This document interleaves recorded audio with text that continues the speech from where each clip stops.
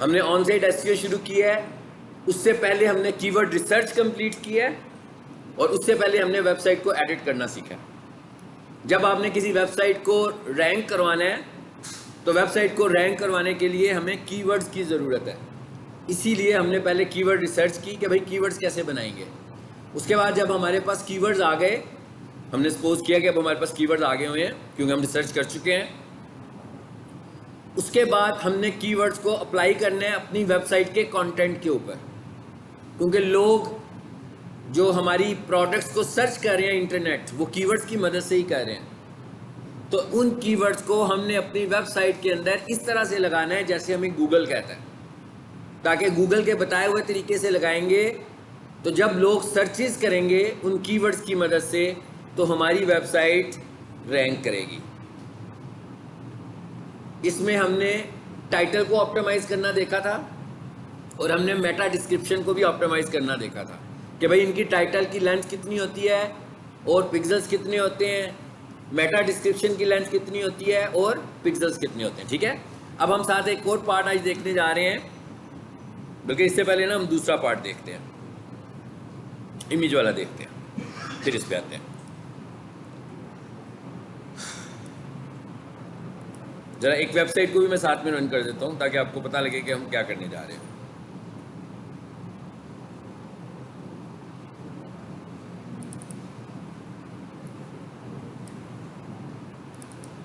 इस साथ मैंने ऑफलाइन एक वेबसाइट को भी रन कर लिया जो मेरे कंप्यूटर पे स्टोर हुई है।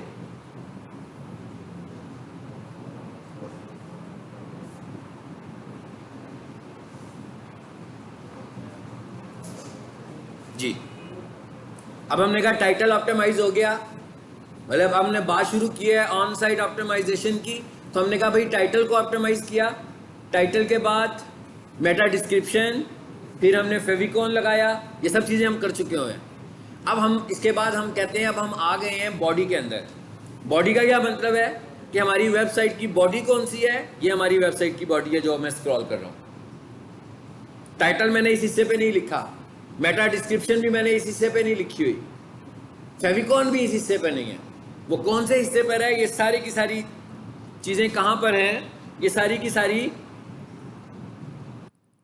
हेड पोर्शन में पड़ी हुई हैं। ये सारी ऑप्टिमाइजेशन जो हमने की है, अगर मैंने टाइटल को ऑप्टिमाइज किया, अगर मैंने जितना देखें टाइटल कहाँ पर है, ये लाइन नंबर 12 में टाइटल है, लाइन नंबर 9 में डिस्क्रिप्शन है, यहाँ पर डिस्क्रिप्शन टेक्स्ट आता है जो हम सीख चुके हुए हैं, इस वेबसाइट के अंदर खाली रखा हुआ है मैंने। ठीक है, इसका मतलब क्या हुआ, जो हमने ऑप्टिमाइज किया था वो कंटेंट के अंदर लेकर आए थे। इसी तरह हमने टाइटल ऑप्टिमाइज किया। अच्छा, उसके बाद देखें जरा और नीचे आए, फेविकॉन भी था ना हमारे पास एक, जरा देख लें फेविकॉन की तरह, नजर आ गया ये। फिर हमने फेविकॉन किया, फेविकॉन में क्या किया, हम लोग लोगो लेकर आए। ये मैं आपको बता रहा हूं कि हम ऑन साइट एसईओ को लेकर क्या कुछ कर चुके हुए हैं।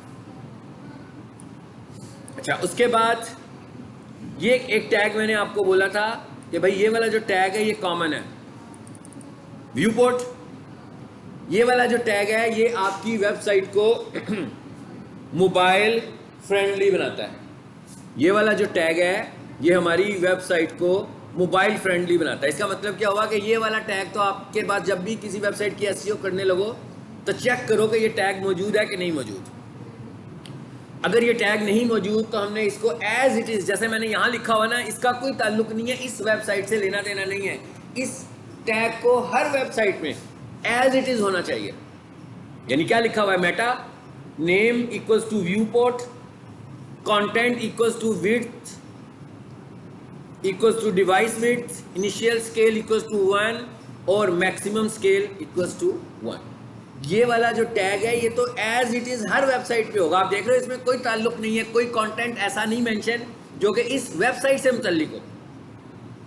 तो आपने ये भी चेक करना है कि क्या आपके पास व्यू पोर्ट का मेटा मौजूद है कि नहीं मौजूद। जैसे डिस्क्रिप्शन का एक मेटा है ना, इसी तरह ये वाला मेटा किस चीज़ का है, ये व्यू पोर्ट का मेटा है। तो अगर आपके पास व्यू पोर्ट का मेटा मौजूद नहीं है तो आपने इस मेटा को भी खुद से ऐड कर लेना है। यानी ये कोड हमने अपने पास नोट रखना है, जब भी हमने किसी वेबसाइट की एसईओ करनी है हेड में आकर चेक करना है कि क्या व्यू पोर्ट का मेटा लगा हुआ है। अगर व्यू पोर्ट का मेटा नहीं लगा होगा तो हम इस मेटा को इसमें ऐड कर देंगे, ठीक है। चलो अब वापस आ जाए वेबसाइट पे। अब हम इधर आ गए। अब हम ये कह रहे हैं कि यहां पर हमें क्या करना है, इसको जरा छोटा कर लेते हैं, जरा रिव्यू पहले। जी, इस जगह पे हमें क्या करना है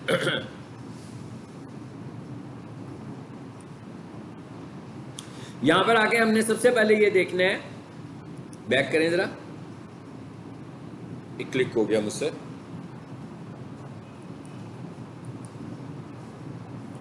अब ऑन साइट में क्या था हमारे पास, इमेज ऑप्टिमाइजेशन, इमेजेस को ऑप्टिमाइज करना, और मैंने सारा तरीका बताया था ना आपको इमेजेस को कैसे ऑप्टिमाइज करना है। सबसे पहले हमें देखना है कि इमेजेस के नाम क्या कीवर्ड फ्रेंडली हैं कि नहीं है। तो हमने सबसे पहले क्या काम करना है कि अपने इमेजेस को कीवर्ड फ्रेंडली करना है। जैसे इस पर राइट क्लिक करूं मैं, सेव इमेज एज करके देखें जरा। अब इसका नाम क्या आ रहा है, social media marketing agency dash logo आ रहा है। सो कीवर्ड फ्रेंडली नाम है ना, लिखा हुआ ना social media marketing agency. Basically हम सपोज कर रहे हैं कि सोशल मीडिया मार्केटिंग एजेंसी के लिए हमने बनाया हुआ है। अगर फॉर एग्जांपल हम ये कहें कि नहीं भाई ये तो सोफा कारपेट वाला है, तो हम एक काम करते हैं, सबसे पहले जाकर इसी को ठीक कर देते हैं। इसमें आते हैं, जरा सेव इमेज एज पे आए। यानी हमें सबसे पहले नाम ये देखना है कि नाम ऑप्टिमाइज्ड है कि नहीं है। अभी हम ये कह रहे हैं कि भाई ये तो सोफे वाला है, इसका नाम कुछ और होना चाहिए। तो अभी हम ये देखते हैं कहाँ से करने हमने जाके। अच्छा, दूसरे नंबर पर क्या चीज़ है, फाइल का नाम जो होगा, आपके प्रोजेक्ट के अंदर जितनी भी फाइल्स हैं सबके नाम में स्पेस नहीं होनी चाहिए। यही कहा था ना हमने कि भाई इसके अंदर स्पेस बार नहीं होनी चाहिए। आप देख रहे हो ना इसमें स्पेस बार नहीं है, ये देखें स्पेस का क्या मतलब है भाई। मैं इसको यूं कॉपी करके जरा नोट पैड में ले जाता हूं। स्पेस नहीं है ना, देखें ये नाम अगर ऐसे लिखा होता ना सोशल, और दूसरी बात ये कैपिटल लेटर्स में नाम नहीं लिखने, हाँ, सोशल मीडिया मार्केटिंग एजेंसी लोगो, इसका क्या मतलब है। अब स्पेस बार है, बीच में स्पेसेस आ रही है नाम के दरमियान में। सो दूसरा फैक्टर क्या है हमारे पास इमेज ऑप्टिमाइजेशन का, कि आपके इमेजेस के नाम में स्पेसेस नहीं होनी चाहिए। अगर इमेजेस के नामों में स्पेस है तो आप इसको भी रिजॉल्व करो। आप अपना नाम जो है वो कीवर्ड फ्रेंडली लाओ। लेकिन क्योंकि ये हमारा मेन कीवर्ड तो नहीं है, अगर मैं ये कहूं क्या ये हमारा मेन कीवर्ड है, ये तो लोगो है, लोगो है ना। हाँ, मेन कीवर्ड ये हो सकता है कि मैं कहता हूं कोई बंदा गूगल पर सर्च करे तो ये इमेज आ जाए, मैं कहता हूं कोई बंदा गूगल पर सर्च करे तो ये इमेज आ जाए। इसका मतलब क्या हुआ कि ये तो मेरे मेन इमेजेस हैं जहां मैं मेन कीवर्ड लेकर आऊंगा। सो ये तो लोगो है, तो इसलिए मैंने गूगल को साथ ये भी बता दिया कि कीवर्ड तो मेरा ये है, मगर ये बेसिकली ये जो कंटेंट है हमारा, ये जो इमेज है, इसकी टाइप क्या है, लोगो। ये लोगो टाइप इमेज है, ठीक है। सो इसलिए मैंने इसके नाम में क्या लगाया हुआ है, लोगो भी लगाया है, ताकि गूगल को यह पता लग जाए कोई बंदा मेरा लोगो तो नहीं सर्च करना चाहता होगा ना। मतलब कोई भी बंदा सोफा की पिक्चर देखना चाहता है, कारपेट की पिक्चर देखना चाह रहा है, लेकिन वो लोगो तो नहीं देखना चाहता मेरा। तो मैं ये चाहता हूं कि जब कोई बंदा लिखे सोशल मीडिया मार्केटिंग एजेंसी तो मेरा लोगो, उसको पता लग जाए कि ये लोगो आने लगा है कि ये एक्चुअल इमेज आने लगा, ठीक है।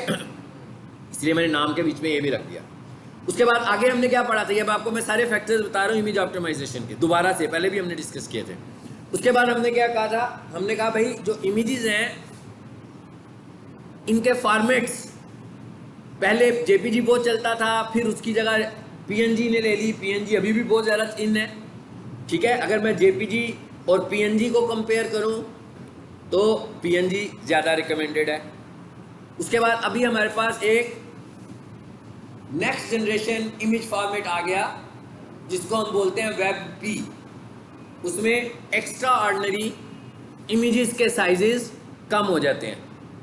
मिसाल के तौर पर अगर एक इमेज 900 किलोबाइट्स का है, 1000 बाइट्स हो तो 1 किलोबाइट होता है, ठीक है। मैं आपको समझाने के लिए बता रहा हूँ कि 1000 बाइट्स हो तो 1 किलोबाइट होता है। तो अगर हमारे पास 900 किलोबाइट का एक इमेज है और अगर मैं उसको वेब पी में कन्वर्ट करता हूँ, तो वेब पी में कन्वर्ट होने के बाद वो इमेज 100 किलोबाइट्स का हो जाता है। कितना कम, कितना ज़्यादा रिड्यूस हुआ, कम हो गया ना, बहुत ज़्यादा कम हो गया। या वो 67 किलोबाइट्स का हो जाता है, बहुत रिड्यूस हो गया। पहले कितना है 900, उससे बन के आ रहा है वो 67 किलोबाइट्स, कितना एक्स्ट्रा ऑर्डिनरी साइज कम हो रहा है। हमारी वेबसाइट की स्पीड कैसे बनेगी? हमारी वेबसाइट की स्पीड तभी बनेगी जब हमारी वेबसाइट जल्दी लोड होगी, ऐसे ही है ना। हमारी वेबसाइट को अबाउट 2 to 3 सेकेंड्स इतनी देर में लोड हो जाना चाहिए। अगर हमारी वेबसाइट 3 सेकेंड से ज्यादा टाइम लेती है लोड होने में, इसका जो एक्चुअल टाइम है वो 2.7 सेकेंड्स है, हाँ, तो इससे ज्यादा अगर टाइम लेती है तो इसका मतलब है कि हमारी वेबसाइट स्लो वेबसाइट की कैटेगरी में आती है। तो वेबसाइट की स्पीड को बढ़ाने, तो वेबसाइट की स्पीड को बढ़ाएंगे तो उसके कंटेंट को श्रिंक करना पड़ेगा ना। कंटेंट कम होगा यानी स्पेस कम ले रहा होगा तो जल्दी लोड हो जाएगा। जैसे आपके पास एक तस्वीर होती है, बड़ी साइज की तस्वीर है तो लोड होने में ज़्यादा देर लेती है, जो छोटे साइज की तस्वीर होती है तो वो जल्दी लोड हो जाती है। तो इसका मतलब क्या हुआ कि हमें इमेजेस को, अगर तो हम पीएनजी को कंसीडर कर रहे हैं तो हमें जेपीजी से पीएनजी में बनाना है, अगर इमेजेस जेपीजी हैं। और अगर हमारे पास इमेजेस पीएनजी हैं तो और बेहतर करने के लिए हम क्या करेंगे, इनको वेब पी में कन्वर्ट करेंगे। ये दोनों काम करने के लिए मैंने आपको ऑनलाइन टूल्स बताए हैं ना। ये कोई इतना मुश्किल काम नहीं है कि भाई कोई हमें मेहनत करनी है। और अभी तक मैं इसको नेक्स्ट जनरेशन फॉर्मेट भी इसीलिए कहता हूँ कि अभी तक कोई भी ग्राफिक एप्लीकेशन इस फॉर्मेट को सपोर्ट नहीं कर रही है। यानी ऐसा नहीं है कि आप फोटोशॉप में जाएं, जैसे आप फोटोशॉप में जाओ पीएनजी बना सकते हो, आप फोटोशॉप में जाओ जेपीजी बना सकते हो, जिफ बना सकते हो, लेकिन आप फोटोशॉप में जाकर वेब पी क्रिएट नहीं कर सकते, क्योंकि वेब पी अभी बिल्कुल नेक्स्ट जनरेशन फॉर्मेट है। हो सकता है कि आने वाले कुछ वर्जन्स में फोटोशॉप इसे अडॉप्ट कर ले या कोई भी ग्राफिक फॉर्मेट इसे अडॉप्ट कर ले। अभी तक ये काम कैसे हो रहा है, ऑनलाइन हो रहा है, टूल्स की मदद से होने लगा हुआ है, ठीक है। सो वेब पी हम इसमें कन्वर्ट करते हैं। सो इसके बाद काफ़ी सारे हो गए ना, कितनी सारी चीज़ें मैंने डिस्कस की इमेज ऑप्टिमाइजेशन की। नाम कीवर्ड फ्रेंडली होना चाहिए, नाम में स्पेस नहीं होनी चाहिए, फाइल का साइज छोटा होना चाहिए, और इमेज का फॉर्मेट कौन सा होना चाहिए ये हमें देखना है कि भाई हमारे अगर बड़े बड़े इमेजेस हैं तो हम उन्हें छोटा कैसे करेंगे। और मैंने आपको एक टूल और भी बताया था जिससे हम सिर्फ इमेजेस को कंप्रेस करते हैं, सिर्फ इमेजेस को। इवन पीएनजी है तो पीएनजी को ही कंप्रेस करना है मैंने, तो वो पीएनजी को जब मैं कंप्रेस करूंगा तो 900 पीएनजी टू पीएनजी कंप्रेशन होगी, तो हो सकता है कि वो 900 किलोबाइट्स को 400 किलोबाइट्स कर दे, लेकिन कोई मेजर चेंज, बड़ा चेंज नहीं आएगा। सो इसलिए अब हम कह रहे हैं वेब पी, और वेब पी का जो फॉर्मेट है स्पेशली डिजाइन हुआ है वेब ब्राउजर्स के लिए। वेब ब्राउजर्स का क्या मतलब होता है पता है ना सबको? वेब ब्राउजर्स किन्हें बोलते हैं? किन्हें बोलते हैं वेब ब्राउजर्स? किन प्रोग्राम्स को वेब ब्राउजर्स कहते हैं भाई? बेसिक क्वेश्चन है, पीछे से जाकर मुझे जवाब दे। वेब ब्राउजर्स, हाँ भाई वेब ब्राउजर्स क्या होते हैं? ये तो छोटा सा बच्चा भी बता देगा, कोई घर वाला भी जो नेट यूज करता है। Google Chrome, Edge, Safari, Firefox, भाई जिसमें आप वेबसाइट्स खोलते हो, जहां आप वेबसाइट्स खोलते हैं उन्हें हम वेब ब्राउजर्स बोलते हैं, ठीक है। सो ये वाला फॉर्मेट स्पेशली बना है किस लिए? वेब ब्राउजर्स के लिए बना है, ठीक है। ये वाला फॉर्मेट माइक्रोसॉफ्ट वर्ड में इमेज लेके जाने के लिए नहीं बना हुआ। ये वाला फॉर्मेट स्पेशली डिजाइन किया उन्होंने कि भाई आपकी वेबसाइट खुलनी कहाँ है? हमारी वेबसाइट कोरलड्रा में तो नहीं खुलनी ना, फोटोशॉप में भी नहीं खुलनी, हमारी वेबसाइट खुलनी है किसी वेब ब्राउजर में। वो वेब ब्राउजर गूगल क्रोम भी हो सकता है, वो माइक्रोसॉफ्ट एज भी हो सकता है, वो फायरफॉक्स भी हो सकता है, मतलब कोई सा भी वेब ब्राउजर होगा। जो आप इंटरनेट चलाते हो ना, गूगल की वेबसाइट खोलते हो तो जहां पर वेबसाइट खुलती है वो गूगल क्रोम का एप्लीकेशन है ना, सबके पास गूगल क्रोम होता है। ये वाला एप्लीकेशन जहां मैंने भी वेबसाइट खोली हुई है, ये वेब ब्राउजर है ना, जो वेब को ब्राउज करने लगा हुआ है, खोल के दिखा रहे हैं हमें, इसलिए हम इसको वेब ब्राउजर बोलते हैं, ठीक है।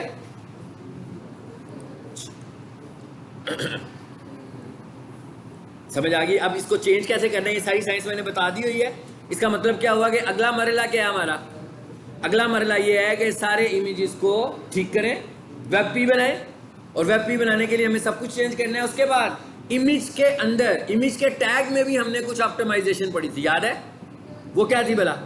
ऑल्ट का एट्रीब्यूट यूज करें, मैंने कहा था 120 से लेकर 140 कैरेक्टर्स तक हम आर्ट एट्रीब्यूट को इस्तेमाल कर सकते हैं। मिसाल के तौर पर इधर आऊँ मैं, ज़रा मैं इस पर राइट क्लिक करता हूँ, क्या था जी, एडिट विद नोटपैड, इसमें है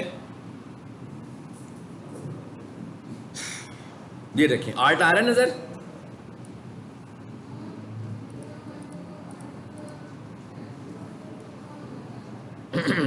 जी ये वाला एट्रीब्यूट। यहां पर क्या किया मैंने, अब इमेज के टैग के अंदर भी हमने आर्ट एट्रीब्यूट को इस्तेमाल किया। तो इसका मतलब क्या हुआ कि आपने जो इमेजेस के टैग लगाए हुए हैं वहां पर भी आपने आर्ट एट्रीब्यूट को इस्तेमाल करना है। उसके बाद क्या है, टाइटल, मैंने आर्ट एट्रीब्यूट में भी कीवर्ड यूज किया, टाइटल में भी कीवर्ड यूज किया। उसके बाद देखें जरा और क्या है, मैंने फाइल का नाम भी कीवर्ड पे लिखा, ऐसे ही है ना। तो जब मैं इतना कुछ कीवर्ड फ्रेंडली, गूगल फ्रेंडली करने लगा हूं तो हमारी वेबसाइट रैंक होगी ना। फिर ये सारी बातें जो मैं कर रहा हूं, मैं अपनी जाती ख्वाहिश से नहीं कर रहा हूं, ये सारे स्टैंडर्ड्स मुझे किसने बताए हैं गूगल ने बताए हैं कि भाई ये करोगे तो मैं आपको रैंक करूंगा, पहले पेज पे शुरू पे लेकर आऊंगा। तो मैं उन सारे फॉर्मेट्स को, उन सारे स्टैंडर्ड्स को अप्लाई कर रहा हूं अपनी वेबसाइट के ऊपर। इसका मतलब क्या हुआ कि अब हमने ये सीख लिया कि भाई जो हमारी वेबसाइट है उसको हमने कैसे रैंक करना है। सारे इमेजेस है, देखें वेबसाइट में है ना। इसका मतलब क्या हुआ, एक काम तो मैं सबसे पहला यही करूंगा कि इमेजेस को सीधा करूंगा मैं सारों का। कैसा सीधा करूंगा, जो मैंने अभी तक लेक्चर रिवाइज किया दोबारा से, ये सब कुछ उस पर अप्लाई करना है अपने। अच्छा ये कौन बताएगा ये क्यों नहीं आ रहा, ये क्यों नहीं खुल रहा, बाकी सब चीज़ें खुली हुई हैं, ये नहीं खुल रहा। नहीं ऐसे नहीं है, नहीं ऐसा भी नहीं है। ये आपको पता लग रहा है टैग कौन सा, ये तो हमने पढ़ा हुआ है ना। कौन सा टैग लगा हुआ है यहाँ, टैग कौन सा लगा हुआ है, हाँ आई फ्रेम लगा हुआ है, ठीक है। तो ये आई फ्रेम लोड नहीं हुआ, इंटरनेट स्लो चल रहा है और रुक रहा है, ठीक है। सो इस वजह से ये नहीं हो रहा। याद रखें आपकी वेबसाइट मैंने ऑफलाइन खोली हुई है ना, तो ऑफलाइन सारा कंटेंट खुल जाएगा, लेकिन ऐसा कंटेंट जो रिफ्रेश होना है इंटरनेट से। यानी देखो यूट्यूब की वेबसाइट अगर मैं खोलूँगा तो भाई ऑनलाइन ही खुलेगी ना, इंटरनेट के बगैर यूट्यूब तो नहीं चल सकता किसी भी सूरत में। सो वो इसलिए नहीं चल रहा कि इंटरनेट सही तरीके से चल नहीं रहा होगा, ठीक है, इस वजह से नहीं चल रहा। चलो अब आगे और क्या चीज़ आ गई हमारे पास। अब मैंने क्या किया, जहाँ से मैंने अपनी वेबसाइट को शुरू किया लिखना, वहाँ पर मैंने, जैसे बुक्स पढ़ते हो आप लोग, बुक्स में भी तो हेडिंग्स लिखे होते हैं ना। तो जहाँ से आपका पैराग्राफ शुरू होता है उसके ऊपर एक हेडिंग बनी होती है। तो अब ये क्या हुआ, हेडिंग स्टाइल आ गया ऊपर तुम्हारे पास। क्या हो गया भाई, मुझे देखो ना यार थोड़ी देर ना। हेडिंग स्टाइल यानी अब हमें क्या यूज करने हैं, पढ़े थे ना हमने 6 heading styles, H1, H2, H3, H4, H5, H6। Google हमें ये भी कहता है कि भाई आप अपना जो कंटेंट लिखोगे उसको स्ट्रक्चरल फॉर्म में लिखना है। और ये जो हेडिंग स्टाइल्स हैं ये बेसिकली क्या बताते हैं, आपकी वेबसाइट का स्ट्रक्चर बताते हैं कि भाई आपकी वेबसाइट का ये स्ट्रक्चर है। मतलब जैसे आप किताब पढ़ते हो, किताब में क्या लिखा होता है, आमतौर पर जब हम बुक्स पढ़ रहे होते हैं तो सबसे पहले एक मेन टॉपिक शुरू होता है ना, और उसके ऊपर क्या लिखा होता है 1, और एक आगे हेडिंग लिखी होती है और उसके नीचे थोड़ा सा कंटेंट लिखा होता है। पैराग्राफ खत्म होता है, फिर नीचे एक और हेडिंग आ जाती है। अब यहाँ तो उस हेडिंग पर 2 लिखा होगा, यहाँ उस हेडिंग पे क्या लिखा होगा 1.1, और फिर उसके नीचे कुछ और लिखा होगा, फिर और नीचे एक और पैराग्राफ आएगा, हो सकता है उसके ऊपर फिर कुछ और लिखा हो 1.3।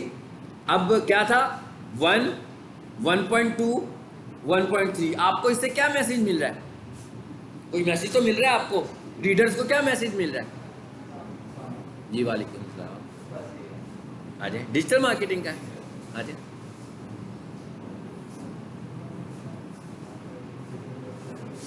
जी भाई book reading, no website SEO, SEO की बात नहीं कर रहा। किताब पढ़ रहे हैं, किताब पढ़ते हुए सबसे ऊपर लिखा हुआ 1, एक हेडिंग, कंटेंट, नीचे आए फिर लिखा 1.2, फिर कुछ कंटेंट लिखा, फिर नीचे एक और हेडिंग लिखी है उस पर लिखा 1.3। आपको क्या समझ में आ रहा है इससे? गुड, ये स्ट्रक्चर शो कर रहा है ना कि भाई ये जो पहले वाली हेडिंग थी ना ये उसी की सब हेडिंग है। 1.2 जो है वो 1 की सब हेडिंग है, 1.3 जो है वो 1 की सब हेडिंग है, 1.4 जो है वो 1 की सब हेडिंग है। जैसे ही 2 आएगा मुझे पता लग जाएगा कि इसका टॉपिक 1 से कोई ताल्लुक नहीं है, पता लग जाएगा ना एकदम, क्योंकि मुझे पता लग जाएगा कि अब नया टॉपिक शुरू हो गया। तो ये चीज़ें आप पहले से ही अंडरस्टैंड करते हो खुद से, आपको कभी किसी ने ये पढ़ाया तो नहीं होगा ऐसे, नेचुरली कॉमन सेंस से हमें ये चीज़ें समझ में आ जाती है ना खुद से। गूगल भी यही कह रहा है, गूगल कह रहा है कि जो आप अपना कंटेंट लिख रहे हो उसको स्ट्रक्चरल फॉर्म से लिखो, लेकिन गूगल किसको स्ट्रक्चर समझ रहा है, ठीक है ना। इंपॉर्टेंट बात यह कि गूगल के मुताबिक स्ट्रक्चर क्या है, गूगल के मुताबिक हेडिंग स्टाइल स्ट्रक्चर्स है। गूगल कहता है भाई अगर आपने हेडिंग स्टाइल 1 लिखा और आपको एक और आगे फर्दर सब हेडिंग लिखनी है तो आप क्या करो, हेडिंग स्टाइल 2 लिखो। आगे अगर आपको एक और सब हेडिंग लिखनी है तो क्या करो, हेडिंग स्टाइल 3 लिखो। जब एक टॉपिक खत्म हो जाए, आपको भी नया टॉपिक शुरू हो गया, फिर दोबारा से हेडिंग स्टाइल 1 लिख लो।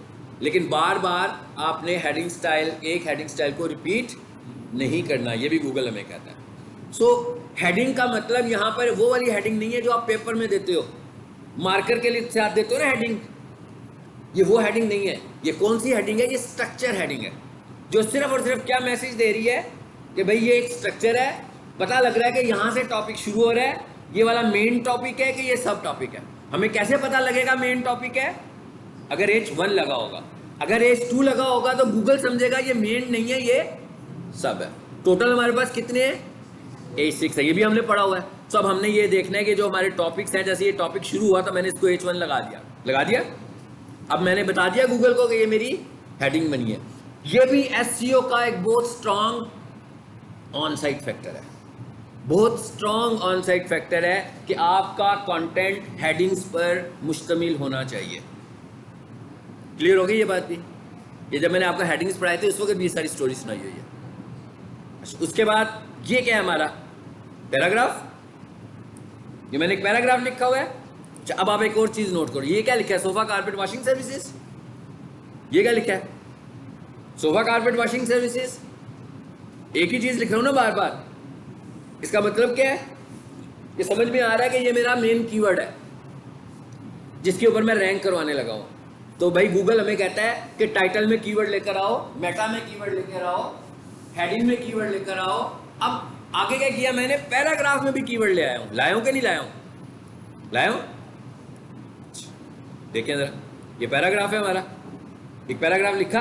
अब गूगल मुझे कहता है कि भाई इसके पैराग्राफ के अंदर भी आपका कीवर्ड शामिल होना चाहिए। सो अब हमने पैराग्राफ में कीवर्ड लिखा, दिखने में ऐसे लग रहा है जैसे ये भी हेडिंग है, लग रहा है ना आपको, मुझे तो ऐसे लग रहा है, आप लोगों को भी ऐसे ही लग रहा है कि जो पैराग्राफ के अंदर मैंने हाईलाइट किया हुआ है ये भी ऐसे हेडिंग ही लग रहा है मुझे, हालांकि ये हेडिंग नहीं है। भाई हेडिंग तो हो ही नहीं सकती, लॉजिकली हेडिंग नहीं ना हो सकती। हेडिंग का तो मतलब क्या होता है, अगर मैं हेडिंग को डिफाइन करूं ना आपको, व्हाट इज हेडिंग, तो heading is the header of paragraph, है ना, यही होती है ना हेडिंग। तो इसका मतलब है कि इनर तो नहीं हो सकता, वो हेडिंग पैराग्राफ का इनर तो हो ही नहीं सकता।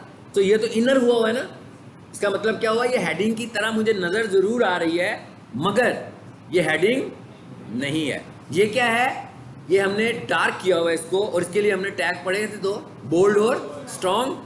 तो आपने जब अपने पैराग्राफ के कंटेंट को हाईलाइट करना होगा तो फिर हम क्या यूज करेंगे, बोल्ड या स्ट्रॉन्ग। इसका मतलब ये हुआ कि जब हमें पैराग्राफ के अंदर किसी पॉइंट को कीवर्ड बताना होगा और उसमें फोकस करना होगा तो हम क्या बताएंगे, हम ये कहेंगे भाई ये वाला हिस्सा बोल्ड कर देते हैं। अब मैंने क्या किया, मैंने बार बार नहीं लिखा, एक पैराग्राफ में सिर्फ एक दफा ही लिखा है, एक दफा ही लिखा है ना। तो ये मैंने लिखा और इसको मैंने कहा भाई ये मेरा कीवर्ड है। गूगल ये कह रहा था कि पैराग्राफ में अगर आप मुझे ये नुमाया कर दोगे, हाईलाइट कर दोगे कि ये आपका कीवर्ड है, तो फिर भी मैं आपको और ज़्यादा वेट दूंगा। तो हमने क्या किया, पैराग्राफ के अंदर जो मेरा कीवर्ड था उसको लिखा भी, जो कीवर्ड रिसर्च से हमने निकाला था, लिखने के साथ साथ हमने उसको बोल्ड भी किया और हमने उसको स्ट्रॉन्ग भी किया। मतलब बोल्ड और स्ट्रॉन्ग एक ही चीज़ है ना, या बोल्ड का टैग यूज कर लें या स्ट्रॉन्ग का टैग यूज कर लें। और आप देख रहे हैं मैंने सारे को बोल्ड नहीं किया हुआ ना सारे को बोल्ड, मैंने सिर्फ उस हिस्से को बोल्ड किया जिसे मैं ये कहना चाहता हूँ, गूगल को बताना चाह रहा हूँ, गूगल को इंटीमेट कर रहा हूँ कि भाई ये मेरा कीवर्ड है। कैसे इंटीमेट कर रहा हूँ, बोल्ड का या स्ट्रॉन्ग का टैग लगाकर। यानी अब ये भी ऑन साइट एसईओ का फैक्टर आ गया, हेडिंग स्टाइल भी ऑन साइट एसईओ का फैक्टर, इमेज भी ऑन साइट एसईओ का फैक्टर, बोल्ड और स्ट्रांग करना भी ऑन साइट एसईओ का फैक्टर। एक और चीज नोट कर रहे हो, मैंने इसको लिंक भी बनाया हुआ है लिंक, और ये यूट्यूब के चैनल पर इनको लेकर जा रहा है। कोई भी कस्टमर होगा उसको इनके यूट्यूब चैनल पर ले जाएगा। इसका मतलब क्या हुआ? इसका मतलब ये हुआ, ये क्या है जी? ये हाइपरलिंक है। हाइपरलिंक भी सीखे थे ना हमने, और मैंने क्या कहा था कि हमारी वेबसाइट में हाइपर लिंक्स भी होने चाहिए। हमारी वेबसाइट में हाइपर लिंक्स भी होने चाहिए। हाइपर लिंक्स किस चीज़ को वेट कर रहे होते हैं कि भाई इनकी आपस में एक कम्युनिटी भी बनी हुई है, ठीक है, जैसे बिल्कुल हमारी कम्युनिटी होती है ना, जैसे हमारे सोशल लिंक्स होते हैं। सो हमें अपनी वेबसाइट में भी सोशल लिंक्स बनाने हैं, ताकि ये हमारी वेबसाइट एक पेज से दूसरे पेज पर भी जा रही हो, एक वेबसाइट से दूसरी वेबसाइट पर भी जा रही हो। इवन हमारे वेबसाइट से कोई बंदा हमारे फेसबुक पर भी चला जाए, हमारी वेबसाइट से कोई हमारे इंस्टा पे भी चला जाए, हमारी वेबसाइट से कोई बंदा हमारे यूट्यूब पर भी आ जाए। सिमिलरली हमारे सोशल मीडिया से भी ट्रैफिक इधर आ रही हो। So it is called hyper links. ये होते हैं इंटरनल लिंक्स और एक्सटर्नल लिंक्स। इंटरनल का मतलब इंटरनल लिंक्स जो आपस में बने हुए हैं, और एक्सटर्नल लिंक्स का मतलब जो बाहर से हमारे लिंक्स क्रिएट हुए हैं। ये भी हमारा किस चीज़ का फैक्टर है? ऑन साइट एसईओ का फैक्टर है। अब आप देख रहे हैं कि सारे फैक्टर्स आपने अपनी वेबसाइट के ऊपर अप्लाई करने हैं, जो मैं साथ साथ भी बताता रहा हूं, और आज फिर मैं समराइज करके आपको एक दफ़ा फिर बता रहा हूं। ये तो हमारी सारी होगी ऑन साइट एसईओ। अब दूसरी इंपॉर्टेंट बात कंटेंट, कि हमारा कंटेंट कितना बड़ा होना चाहिए। हमारी ये भी मैंने बताया हुआ था कि भाई कम से कम 800 का आप रखो, वैसे 500 का एक्सेप्टेबल होता है, ठीक है, और मैक्सिमम हम 1500 वर्ड्स लिख सकते हैं। कंटेंट का मतलब क्या? वेबसाइट के अंदर जो मैसेज आप दे रहे हो पैराग्राफ्स की सूरत में, पैराग्राफ्स में क्या है? वर्ड्स हैं, और पैराग्राफ की सूरत में जो आप मैसेज दे रहे हो वो मैसेज मिनिमम 400 to 500 वर्ड्स का हो। 800 का वर्ड्स होगा तो फाइन, मैक्सिमम 1500 वर्ड्स का हम अपनी वेबसाइट का कंटेंट लिख सकते हैं। आपकी वेबसाइट का कंटेंट यूनिक होना चाहिए। यूनिक का क्या मतलब है? कि किसी का कॉपी कंटेंट नहीं होना चाहिए। यानी आपकी वेबसाइट के ऊपर जो कंटेंट लिखा है वो फ्रेश कंटेंट हो। ऐसा नहीं है कि आपने किसी अपने कॉम्पिटिटर की वेबसाइट से देखा, सारा कॉपी किया और अपनी वेबसाइट पे लाकर पेस्ट कर दिया। गूगल ऐसी वेबसाइट्स को भी रैंक नहीं करेगा। उसका सबसे पहला, गूगल का जो सबसे पहला क्राइटेरिया है दैट इज फ्रेश कंटेंट। यानी अगर आपके पास फ्रेश कंटेंट नहीं है तो इसका मतलब क्या हो? आप दरवाजे से एंटर ही नहीं हो पाएंगे भाई। हाँ, गूगल ने सबसे पहले किसको पिक करना है? फ्रेश कंटेंट को। अगर आप कॉपी कंटेंट यूज कर रहे हो तो गूगल वैसे ही उसे इग्नोर कर देगा, कहेगा भाई आप तो कॉपी यूज कर रहे हो, ठीक है, आप डुप्लीकेट हो, मैं आपको रैंक नहीं कराऊंगा। यानी सबसे पहला क्या है हमारा क्राइटेरिया? कि हमारा कंटेंट नया होना चाहिए। इसका मतलब कंटेंट हमें रीराइट करना है। ऐसे हाँ, मैं आइडिया तो ले सकता हूँ किसी वेबसाइट से कि भाई जैसे मैंने ही एक सोफा कारपेट की वेबसाइट बनानी है, तो इसका मतलब क्या हुआ कि मैं इस वेबसाइट को खोल के तस्वीरों का आइडिया भी ले सकता हूँ, कंटेंट का आइडिया भी ले सकता हूँ, इसी तरह की कुछ तस्वीरें ले सकता हूँ, बनवा सकता हूँ, और इसी तरह का कोई कंटेंट नया लिखवा सकता हूँ। मैं किसी के कहूँगा कि भाई ये वेबसाइट है, तो इसको देखकर इसी की तरह का हमें अच्छा सा कंटेंट लिख कर दे दो जो कॉपी ना हो। एक सेंटेंस भी मैच नहीं करना चाहिए, एक पूरे का पूरा सेंटेंस भी किसी और के साथ जो पहले से लाइव है मैच नहीं करना चाहिए, ठीक है। दूसरा क्राइटेरिया मैंने क्या बताया कि आपकी वेबसाइट यूनिक होनी चाहिए, यानी उसका कंटेंट बिल्कुल फ्रेश कंटेंट होना चाहिए। अब कंटेंट लिख, जैसे किसी को कहा जाने का भाई एक ऐसे लिखो, तो उसको बता देंगे कि भाई ऐसे को कैसे, ऐसे लिखने का तरीका भी बताते हैं कि भाई ऐसे ऐसा होना चाहिए। हाँ, इसी तरह आपने जब किसी वेबसाइट का कंटेंट लिखना है तो पहला क्राइटेरिया तो हमने समझा, क्या समझा कि क्या होना चाहिए? यूनिक होना चाहिए। अच्छा, दूसरा क्राइटेरिया ये है कि आपका जो कंटेंट है वेबसाइट का वो इजी टू रीड होना चाहिए। हाँ, मतलब आपने कोई बहुत मुश्किल किस्म की इंग्लिश यूज़ नहीं करनी कि समझे, आप समझ रहे हो कि शायद गूगल को मुतासर करना है, भाई मुश्किल वर्ड इस्तेमाल करो। देखे ना, आपकी वेबसाइट मुख्तलिफ लोगों ने पढ़नी है, इसका मतलब क्या हुआ? उसके अंदर ऐसे अल्फाज होने चाहिए जो हर बंदे के लिए, जो इंग्लिश को पढ़ सकता हो, उसके लिए अंडरस्टैंडेबल हो। सो आपने बहुत मुश्किल इंग्लिश इस्तेमाल नहीं करनी। उसके बाद आपके सेंटेंसेस छोटे होने चाहिए, आपके पैराग्राफ्स के साइजेस भी छोटे होने चाहिए। मिसाल के तौर पर अगर मैं आपको नोट्स दूँ कोई 25 सफ़ों का, ठीक है, और उसके अंदर टोटल 2 पैराग्राफ्स पढ़े हो, कितना मुश्किल होगा आपके लिए मेरा मैसेज समझना, नहीं समझ पाएंगे ना। लेकिन अगर 25 सफ़ों के नोट्स हों और उसके अंदर कोई 22 पैराग्राफ्स बने हों, या उसके अंदर 40 पैराग्राफ बने हों, या उसके अंदर 80 पैराग्राफ्स बने हों, तो छोटे छोटे पैराग्राफ्स होंगे। इसका मतलब क्या होगा, छोटे छोटे थीम्स में आपको समझा रहा हूँ, तो आपको बहुत ज़्यादा समझ आ जाएगी कि मैं क्या मैसेज देना चाह रहा हूँ।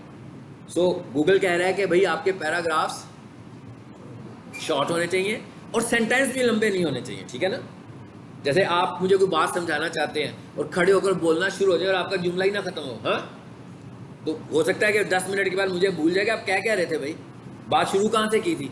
तो हमें क्या करनी है, मुख्तसर बात करनी है, यानी लंबे लंबे सेंटेंसेस नहीं लिखने कि भाई कोई बंदा मेरा वेबसाइट पढ़ना शुरू करे तो उसका सेंटेंस ही ना ख़त्म हो रहा हो और उसको पूरा सेंटेंस पढ़ने के बाद मेरा मैसेज समझ में ना आए। तो हमने क्या करने हैं, छोटे छोटे मैसेजेस इस्तेमाल करने हैं। समझ आ गई बात ये वाली भी, ओके।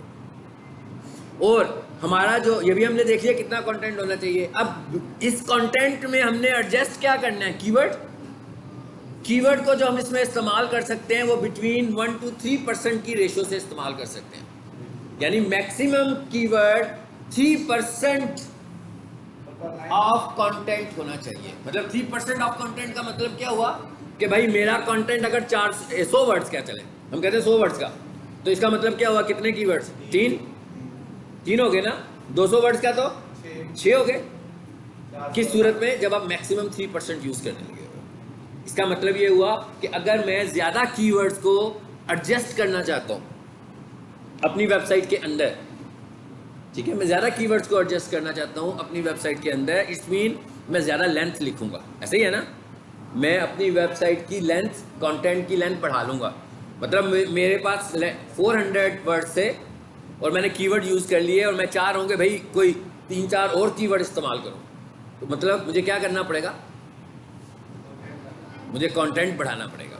यानी कंटेंट की नंबर ऑफ कीवर्ड्स नहीं है, परसेंटेज ऑफ कीवर्ड्स है, यानी इतने % कीवर्ड्स आपके कंटेंट में होने चाहिए, ठीक है। ये अब हमने एक शॉर्टली पूरी ऑन साइट एसईओ को मैंने कवर किया, अभी कुछ फैक्टर्स और भी हैं, लेकिन जो पेज के ऊपर आपने मेन चेंजेस करनी है ना, वो सारी हमने कवर कर ली है।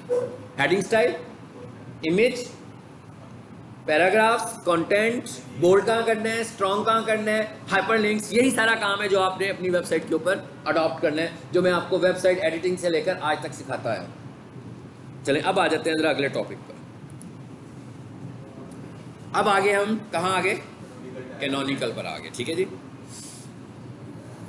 अब पहले हमने ये समझना है कि कैनोनिकल का मतलब क्या है, कैनोनिकल किस सेंस में हम यूज कर रहे हैं कैनोनिकल को। अभी हमने एक टॉपिक समझा जिसको मैंने कहा डुप्लीकेट, पढ़ा ना हमने कि भाई आपकी वेबसाइट में डुप्लीकेट कंटेंट नहीं होना चाहिए। तो जब मैं ये कहता हूं कि हमारी वेबसाइट में डुप्लीकेट कंटेंट नहीं होना चाहिए, तो इसका क्या मतलब हुआ, डुप्लीकेट का मतलब क्या है भाई, डुप्लीकेट से मुराद क्या है, किसको मैं डुप्लीकेट बोल रहा हूं, हाँ, किसी और वेबसाइट, ये पूछना था।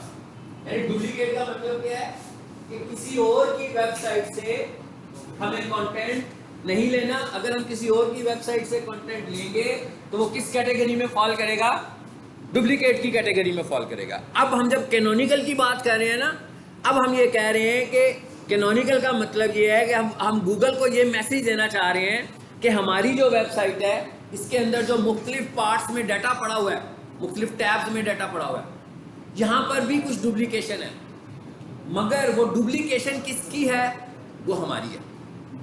मिसाल के तौर पे मेरे होम में कुछ लिखा हुआ है, होम टैब में मैंने जो लिखा हुआ है उसी में से कोई एक सेंटेंस या कोई एक छोटा सा पैराग्राफ अबाउट अस में भी पड़ा हुआ है। अब क्या हुआ, अब कैसी डुप्लीकेशन हुई, हमारी अपनी डुप्लीकेशन हो गई।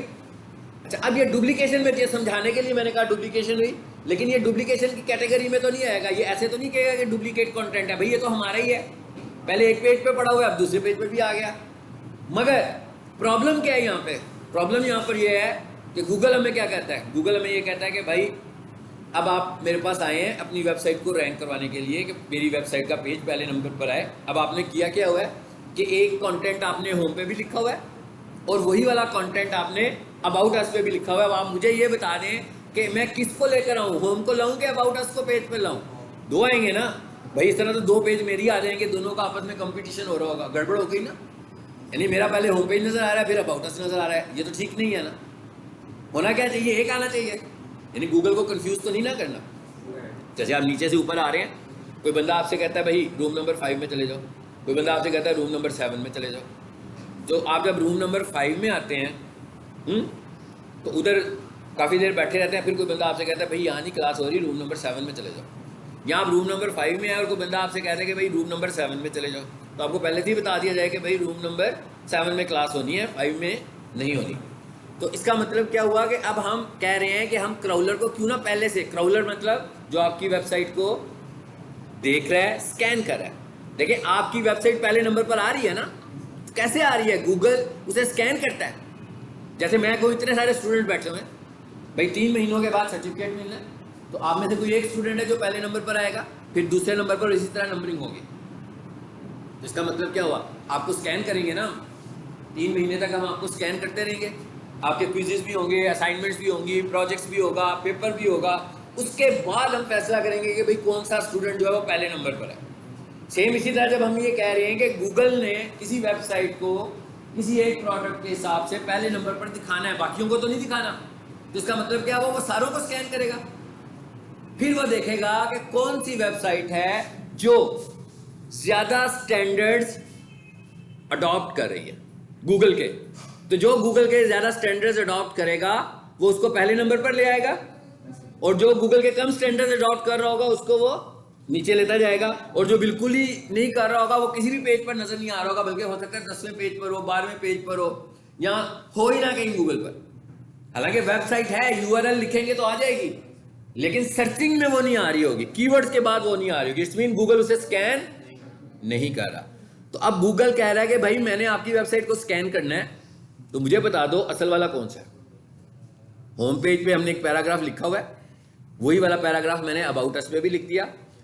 सपोज समझ लो वो 2 वर्ड्स का एक 2 सेंटेंसेस का एक पैराग्राफ है। अब एक सेम पैराग्राफ है, मैं मैसेज दोनों जगहों पर देना चाह रहा हूं। अबाउट अस में भी वही मैसेज देना चाहता हूं और होम पर भी वही मैसेज देना चाह रहा हूं, लेकिन है तो डुप्लीकेट। तो क्राउलर कहता है मुझे ये बताओ इनमें से असल वाला कौन सा है, ताकि मैं क्राउल जब करूं, स्कैन करूं रैंक करने के लिए, तो उस असल वाले को करूं, दूसरे के साथ उसको कंपीट ना करूं। समझ में आ गई बात की? सो कैनोनिकल का टैग क्या करता है, कैनोनिकल का टैग ये बताता है कि ये जो 2 वर्जन हमारे पास हैं पैराग्राफ के, इनमें से एक को हम रैंक कराना चाहते हैं और एक को हम रैंक नहीं कराना चाहते। मतलब एक हमारा मेन है और एक हमारा मेन नहीं है, एक हमारा कॉपी है, एक हमारा असल वाला, या मैं कहता हूं भाई ये मेरा मास्टर कंटेंट है और ये मेरा डुप्लीकेट कंटेंट है। तो अब मैं ये कहना चाहता हूं कि भाई क्राउलर जो है वो उस कंटेंट को करे जिसको मैं मास्टर कंसीडर कर समझता हूं, या जिसको मैं एक्चुअल समझता हूं, या जिसको मैं चाहता हूं कि क्राउलर क्राउल करे। तो इसके लिए अब हमें क्या करना पड़ेगा, कैनोनिकल का टैग लगाना पड़ेगा। कहां पर? उस पेज के ऊपर। किस पेज के ऊपर? जिस पेज को हम क्या समझ रहे होंगे, कॉपी कर समझ रहे होंगे। यानी उस पेज के ऊपर जाकर कैनोनिकल लगाएंगे जिसे हम कहेंगे कि ये कॉपी है, असल नहीं है।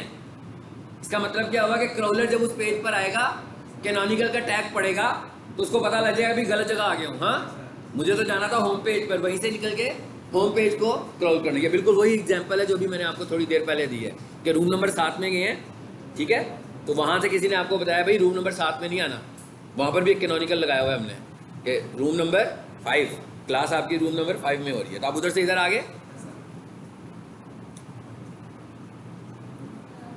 समझ में आया कैनोनिकल क्या होता है? यानी कैनोनिकल का मतलब क्या है कि मैं ये कह रहा हूं कि 2 सिमिलर कंटेंट है मेरी ही वेबसाइट में, एक कंटेंट होम पर है, एक कंटेंट फॉर एग्जांपल अबाउट पर है।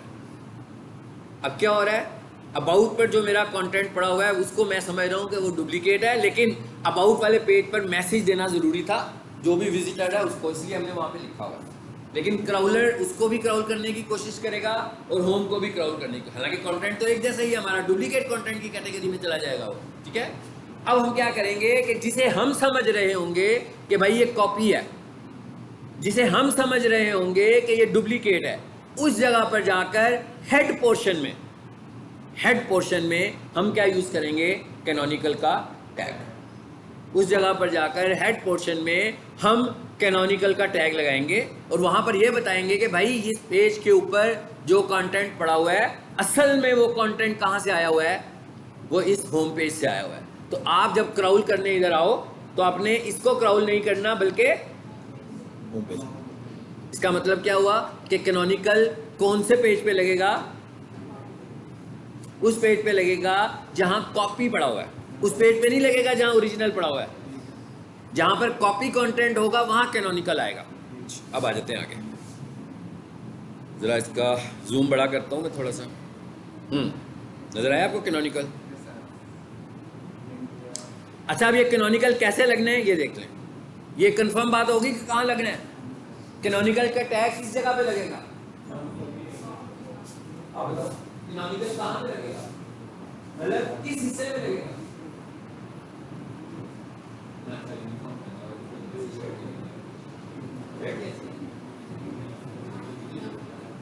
डिजिटल मार्केटिंग ऐसी क्लास नहीं है जो स्कूल की क्लास होती है, मुझे जेल में रखो यार। आप लोग ऐसा ना पढ़े जैसे स्कूल में कुछ पढ़ रहे हैं, एफएससी कर रहे हैं या आईसीएस कर रहे हैं या बीबीए की क्लास पढ़ रहे हैं। तो ये तो प्रोफेशनल क्लास है ना, आप सीखने आए हैं खुद से। मैं शायद कम सिखाने आया हूँ, आप मेरे से ज्यादा सीखने आए हैं। मतलब मेरा ऑब्जेक्टिव हो सकता है कि डंडी मारना, आपका ऑब्जेक्टिव तो डंडी मारने का नहीं होना चाहिए। आपका ऑब्जेक्टिव तो 100% सीखने का होना चाहिए। तो मुझे कुछ फील होता है, मैं पॉइंट आउट नहीं करना चाहता, लेकिन मुझे फील हो रहा होता है कि बहुत सारे स्टूडेंट्स ऐसे होते हैं जो पता नहीं क्या अपने भेज दिया, अपने भेज दिया, दोस्तों ने भेज दिया, जोर जबरदस्ती आए हैं, मतलब किसी का सर दर्द हो रहा होता है, किसी को कुछ प्रॉब्लम हो जाती है, किसी ने ऐसे डिजिटल मार्केटिंग नहीं सीखेंगे। डिजिटल मार्केटिंग से तो आपका इंटरेस्ट होना चाहिए ना, मेरा नहीं होना चाहिए। भाई मैं तो टीचर हूँ, घंटा मैं कोशिश करूंगा पढ़ाऊंगा फारिग, बस हाँ यही करूंगा ना। मेरा तो माइंडसेट ये होना चाहिए, आपका माइंडसेट होना चाहिए ना सीखने वाला। लेकिन मैं आपकी शक्लें जब देख रहा हूँ तो मुझे फील हो रहा होता है ना कि बस चालू प्रोग्राम, वेट कर रहे हैं कि टाइम कब पूरा होगा। तो ऐसे आप देखिए, प्रोफेशनल कोर्स है, ये कोई जोर जबरदस्ती का कोई एकेडमिक कोर्स नहीं है कि आप कोई डिग्री लेने के लिए आ रहे हो। आपने प्रोफेशनल एजुकेशन लेनी है यार। प्रोफेशनल एजुकेशन में आपका इंटरेस्ट लेवल बहुत हाई होना चाहिए, तब आप ले सकते हैं, अदरवाइज आप प्रोफेशनल एजुकेशन नहीं ले सकते। और आपको पता है मैं लैपटॉप को कम देखता हूँ और आप लोगों को ही देखता रहता हूँ। इसीलिए देखता रहता हूँ कि आपको मैं कुछ डिलीवर भी कर रहा हूँ कि नहीं कर रहा हूँ, आपको डिलीवर भी तो होना चाहिए ना। सो प्लीज़ इंटरेस्ट शो किया करें जो चीज़ हम पढ़ा रहे हैं, और ना समझ में आ रही है तो पूछ लिया करें, बजाय इसके कि खामोश रहें बिल्कुल ना। अब आप मुझे बताएं कैनोनिकल कहाँ लगाएंगे, जहां पर कॉपी होगी वहां लगाएंगे, और रेफरेंस किसका देंगे, उसका रेफरेंस देंगे जहां हो सकता है होम पेज ना हो, कोई और भी हो सकता है, ठीक है। तो होम पेज, अभी हम जिस सिनेरियो में बात कर रहे हैं वहां हम होम पेज की बात कर रहे हैं, ठीक है। लेकिन ये सिनेरियो कुछ डिफरेंट भी हो सकता है मैं किसी और पेज का रेफरेंस देना चाहता हूँ। तो जो मेरा असल वाला है, जिसे मैं असल समझ रहा हूँ, जिसे मैं असल समझता हूँ, वो हमारा असल वाला पेज है। उसको हमने कहना है कि भाई ये यहाँ कॉपी है और असल वो है, उधर चले जाओ, ठीक है। अब ये लगाने का तरीका क्या है, इसके लिए भी हम देखें लिंक का टैग इस्तेमाल करेंगे। लिंक का टैग हमने एक दो जगह पहले भी इस्तेमाल किया है ना, किया कहाँ, पीछे कहाँ किया है, मैं ये पूछ रहा हूँ कहाँ किया, कौन बताएगा लिंक का टैग और कहाँ इस्तेमाल किया? हाँ,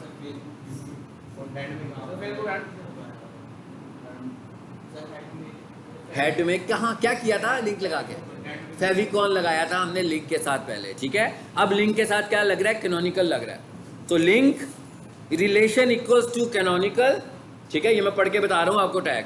link relation equals to canonical, और आगे क्या लिखा हुआ है, एचरेफ और हाइपर रेफरेंस। क्या कह रहा हूँ मैं कह रहा हूँ भाई एक लिंक बना रहा हूँ और तुम्हें बता रहा हूँ कि इस लिंक का रिलेशन क्या है, कैनोनिकल है, और किसके साथ कैनोनिकल है, एचरेफ में वो रेफरेंस दे रहा हूँ। किसके साथ कैनोनिकल है, एचरेफ में वो रेफरेंस दे रहा हूँ कि भाई किस, देखो क्या दे रहा हूँ। फॉर एग्जांपल मैं इस एग्जांपल में क्या लिखा है, moz.com, मैं कह रहा हूँ भाई ये वाला जो पेज है असल में ये वाला पेज है, ठीक है। इसकी एग्जांपल हम यूँ करते हैं, अगर मैं आपको एक सिनेरियो समझाऊँ, मैं कहता हूँ भाई सिनेरियो ये है कि यूँ समझें आप, ये कौन सी फाइल है, इस वक्त मैं किस में मौजूद हूँ, अबाउट अस में हूँ। सपोज यहाँ पे कुछ लिखा हुआ है, अब मैं यहाँ पर अगर कैनोनिकल लगाता हूँ, ठीक है ना। फॉर एग्जाम्पल इस तरह ही लगाना है ना, इस तरह ही लगना है ना, लिंक के साथ लगा लिया। अब मेरी एक और फाइल है, वो कौन सी है, index.html। तो अब मैं ये क्या कह रहा हूँ, मैं कह रहा हूँ कि भाई एक लिंक लगा रहा हूँ कहाँ, अबाउट अस की फाइल में, और रेफर किसको कर रहा हूँ, इसको कर रहा हूँ। ठीक है, इसकी एग्जांपल मैं आपको भी लाइव दिखाता हूँ जहाँ लगी होगी।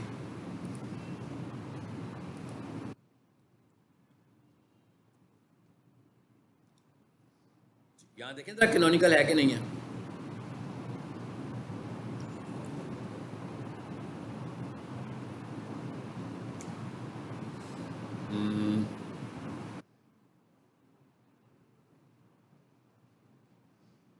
यहाँ नहीं नजर आ रहा, कोई बात नहीं, मैं दूसरी वेबसाइट खोल देता हूँ।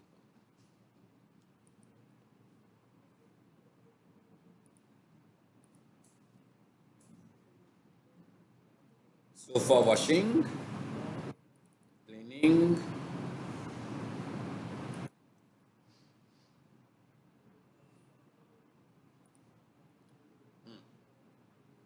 जी कैनोनिकल को जरा फाइंड कर लें, कंट्रोल F।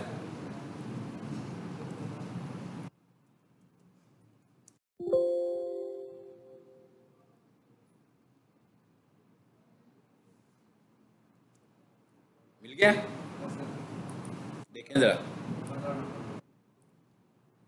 देखिए कैसे लगा हुआ है, लगा हुआ है link, link relation equals to canonical और href इक्वल्स टू index.html। अच्छा अब ये कैसा है, ये तो बड़ा अजीबोगरीब सा कैनोनिकल है। ये फाइल कौन सी है, देखें फाइल कौन सी खोली हुई है मैंने, इंडेक्स, और कैनोनिकल किसका लगाया है, उसी का लगाया है। ये भी अभी आपको समझाता हूँ ये क्या है। भाई ये देखो मैंने अभी कौन सी फाइल खोल कर आया हूँ, index.html, आपके सामने मैंने उस पर राइट क्लिक किया था, लेकिन इसने कैनोनिकल भी इंडेक्स का ही लगा दिया है। ये भी मैं आपको समझाता हूँ ये क्यों लगाया। अभी हम सपोज करते हैं कि दो फाइलों का लगा हुआ है, अभी मैं ये समझाता हूँ कि ये कैनोनिकल क्या रिप्रेजेंट कर रहा है। हाँ, यानी कि लगाने का तरीका तो हमें पता लग गया कि ये वाला है, और ज़्यादा मुनासिब तरीका ये है कि हम कैसे लगाएंगे इसको, ऐसे पूरा रेफरेंस देखें। ठीक है, अगर दूसरी कोई फाइल होगी ना, फॉर एग्जांपल मैं कहूँ ये फाइल है, ऐसे है, कहाँ गए, इधर आ जाओ।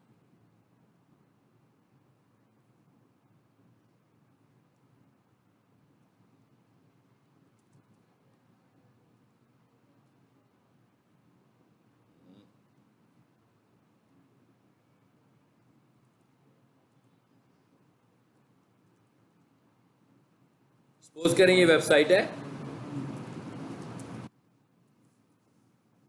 लाइक दिस, पूरा रेफरेंस दिया। अगर आप इस नोट्स में आकर देखो तो वो क्या कहता है, कहता है भाई पूरा रेफरेंस देना है कैनोनिकल में। ये कह रहा है, कहता है इस तरह नहीं लिखना, बल्कि इस तरह लिख के पूरा रेफरेंस देना है। अच्छा, ये तो हमने अभी एक पॉइंट देखा कि डुप्लीकेट कंटेंट था, यही देखा ना पॉइंट, कि डुप्लीकेट कंटेंट था, तो उधर हमने कैनोनिकल लगा दिया। यहाँ समझ में आ गया सबको, ये स्टूडेंट्स को समझ नहीं आ रहा, तो सर मुझे समझने की कोशिश करें, मैं समझ में आ जाता हूँ, मैं आपको बताऊँगा आप लोगों ने क्या किया। ठीक है, क्लास के बाद मैं आपको बताऊँगा कि आप लोगों के साथ क्या हुआ। अच्छा अब हम इस सिनेरियो पे बात करें, यानी कि ये वाला सिनेरियो समझ में आ गया सबको। ये कैनोनिकल क्या करेगा, बेसिकली कॉपी पेज के ऊपर लगा होगा और वो ले जाएगा कहाँ पे, ठीक है।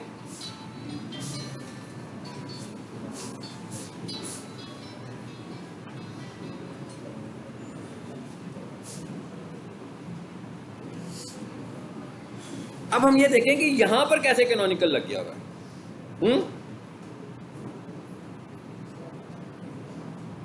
ये इसको मैं एक मैसेज दे दूं,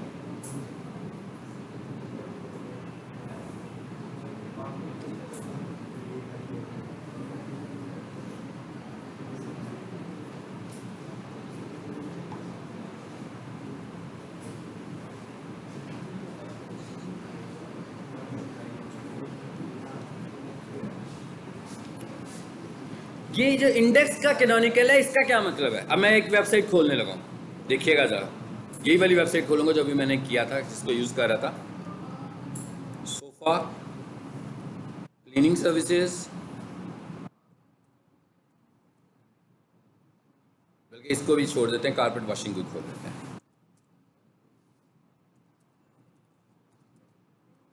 ये मैंने एक वेबसाइट खोली है। जब तक मैं आपको ऑफलाइन काम करवा रहा था, तो हम जब वेबसाइट पे काम करते थे तो कैसे करते थे? इंडेक्स की फाइल से काम करते थे, जब तक हम ऑफलाइन काम कर रहे थे। यानी अभी भी आप देख रहे हो ना, मैं जब बार बार आपके सामने फाइलें खोलता हूँ, कौन सी फाइल खोलता हूँ? हमेशा इंडेक्स की फाइल चलाता हूँ, तो वेबसाइट चलती है। लेकिन अब मैंने जब वेबसाइट खोली है, वो कैसे खोली है? नेट बिल्कुल नहीं चल रहा, मैं अपना चला देता हूँ।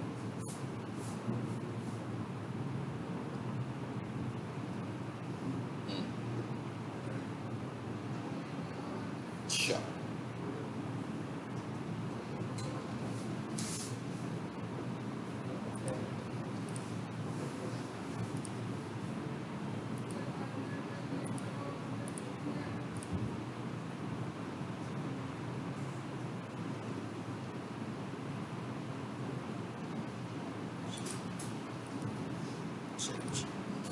अब खुल जाइए। कारपेट वॉशिंग सर्विसेज सोफा, नाम नहीं पूरा लिखा।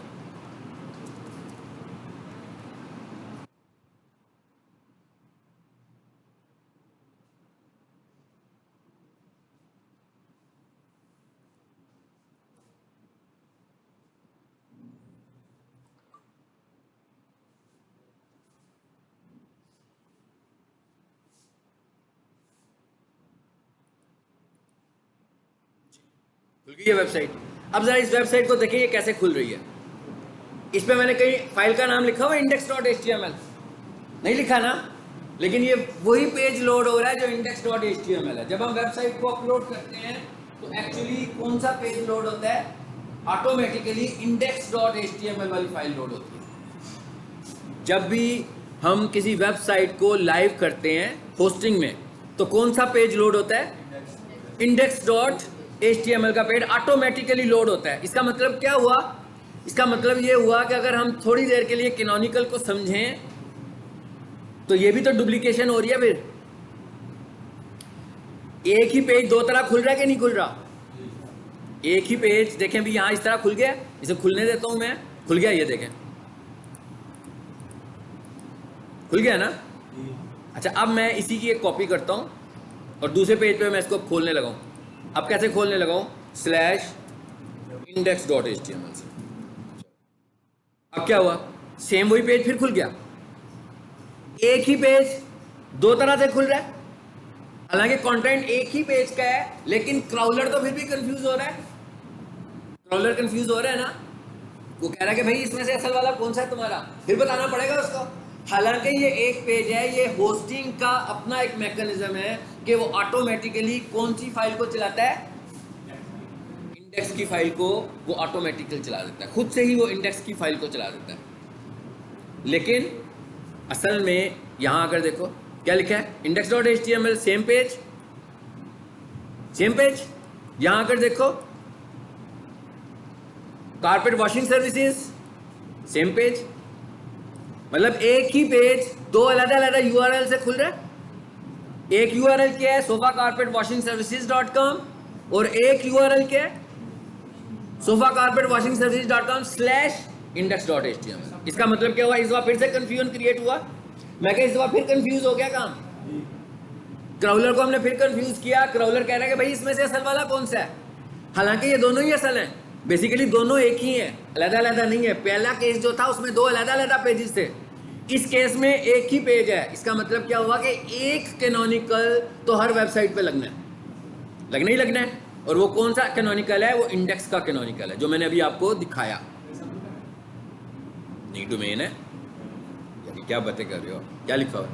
Sofa carpet washing services. सब डोमेन कैसे हो सकती है? ये हो सकती है, ये सब डोमेन, सारी सब डोमेन बताई थी कैसे होती हैं। तो ये सब डोमेन तो नहीं है ना, ये तो डोमेन है।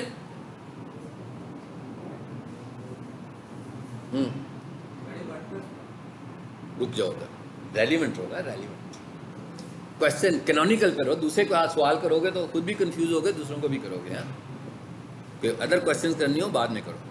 सो अब क्या हुआ? index.html पेज है और कारपेट वॉशिंग सर्विसेज वेबसाइट है। ये दोनों ही एक ही पेज को खोलने लगे हुए हैं। सो इसका मतलब क्या हुआ कि यहां पर भी कैनोनिकल चेक लगना चाहिए। इसलिए हमने क्या किया, index.html की फाइल में जाकर बता दिया कि भाई ये वाली जो फाइल है ये क्या है, डुप्लीकेट फाइल है। यानी ये वाला जो कैनोनिकल है ये तो हर वेबसाइट में लगेगा। जरा इसको कंट्रोल यू करके देखें, देखें यहां कैनोनिकल लगा हुआ है। इसका कैनोनिकल देख लेते हैं जरा, कहां है। लगा होगा बिल्कुल, ये नहीं हो सकता कि ना लगा हो।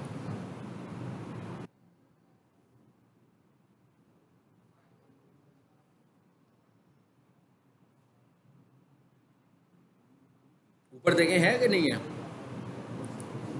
लिंक को देख लें, ये है। अच्छा ये वाला ये तो वो दूसरा लगा हुआ, मिल गया। किस लाइन पे नजर आ रहा है, ये लाइन नंबर 9 पे देखें।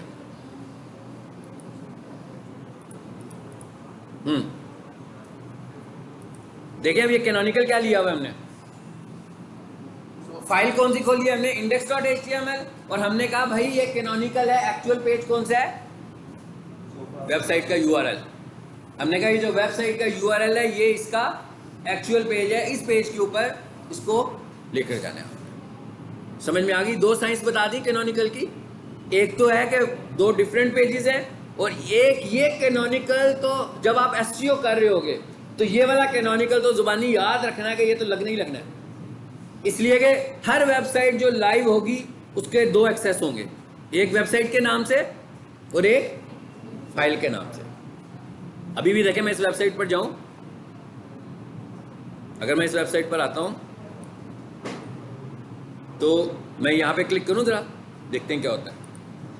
क्या खुला, देखें पेज, होम का बटन प्रेस किया ना, इंडेक्स की फाइल खुल गई खुद ब खुद। इसका मतलब क्या हुआ कि मेन पेज जो है वो बेसिकली दो तरीकों से हमारे पास खुल रहा है, URL से भी और इंडेक्स की फाइल से। चलो अब हम इसे क्लास को खत्म करते हैं।